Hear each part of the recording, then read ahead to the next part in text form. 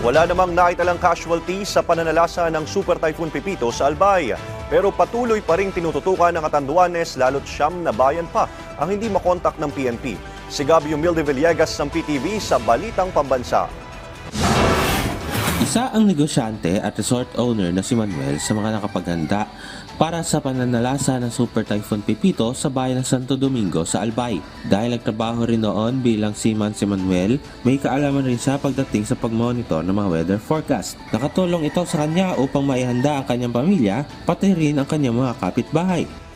Nagbigay ako ng warning dito sa mga nearby neighborhood na tulad nga niyan, yung mga kahoy dyan, medyo tinapyasan nila para maiwasan yung damage ng malaki sa mga properties.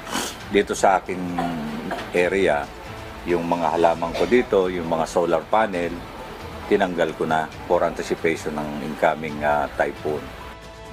Wala rin masyadong naging pinsala ang Super Typhoon Pipito sa kanyang resort. Sa naging pagbaybay ng news team sa maraming bayan sa Albay kahapon, marami sa mga negosyo ang nanatiling sarado.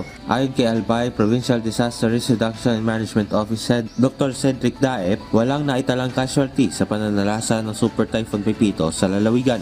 Pinawi na rin ng mga local chief executives sa mga bayan ang kanilang mga evacuees matapos manalasa ang bagyo. Iniutos na rin ni Albay Acting Governor Glenda Ong Bongao sa mga paaralan na magsuspinde ng klase ngayong araw sakaling hindi pa rin ligtas sa mga mag-aaral ang bumalik sa eskwelahan.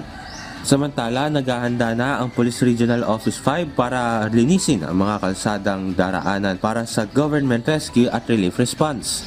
Ayon kay Bicol Regional Director Andre Dizon, nakikipag-ugnayan na sila sa Office of Civil Events at Regional Disaster Risk Reduction and Management Office. Tinututukan nila ngayon ang Catanduanes dahil siyam na bayan pa ang hindi makontak ng PNP. Pinaghahandaan na rin nila ang pagdagsa ng mga relief goods at tulong sa Tabaco Port. Sinabi rin ni Dizon na passable ang stretch ng Maharlika Highway mula Camarines Norte hanggang Matnog sa Sorsogon. Mayroon ring naitalang malaking pinsala sa mga estasyon ng PNP kung saan apektado ang linya ng komunikasyon at may ilan ring kalsada ang hindi madaanan. Nangangailangan rin ang Bicol Region ng karagdagang food packs at non-food items tulad ng gamot. Aabot sa halos 140,000 pamilya o halos 580,000 individual ang nailikas sa buong Bicol Region.